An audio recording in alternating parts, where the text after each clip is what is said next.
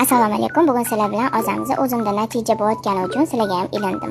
Men 58 kilo edim, lekin menda 8 kilo vez ortiqcha. Men 50 kilo bo'lishni xohlamayman, demayman-da. 8 kilo vez ortiqcha bo'lgani uchun shu ikkita usulni tanlab ozishga qaror qildim. Hozir shu usulni 2 haftadan beri ichib 2 kilo vez tashadim. Hozir 56 kiloman, demayman, yana 6 kilo vez ortiqcha ekan. Ikkita idishimizni olamiz, ya'ni stakan olamiz. Ikkalasiga ham baravar solib ishlaymiz.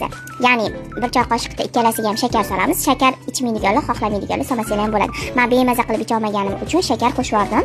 Keyin bitta dona pare limonni 5-6 tomchidan qilib ikkala idishimizga ham siqib yuboramiz. Oshqozonida problemasi borlar limon solmasa ham bo'ladi. Allergiyasi, oshqozonda problemasi borlar solmasa ham bo'ladi. Demak, birinchi stakanimizga qalampir muncha solamiz 10-15 tacha.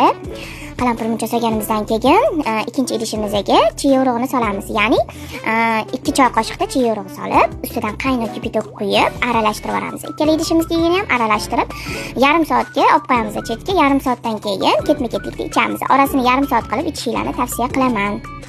Qaynoq kipitok quyuringlar, hech narsa qilmaydi. Bir xil qaynoq kipitok quyib bo'lmaydi deyshadi, lekin men qaynoq kipitokka qilib damlab ichaman. Natijasi zo'r, bomba.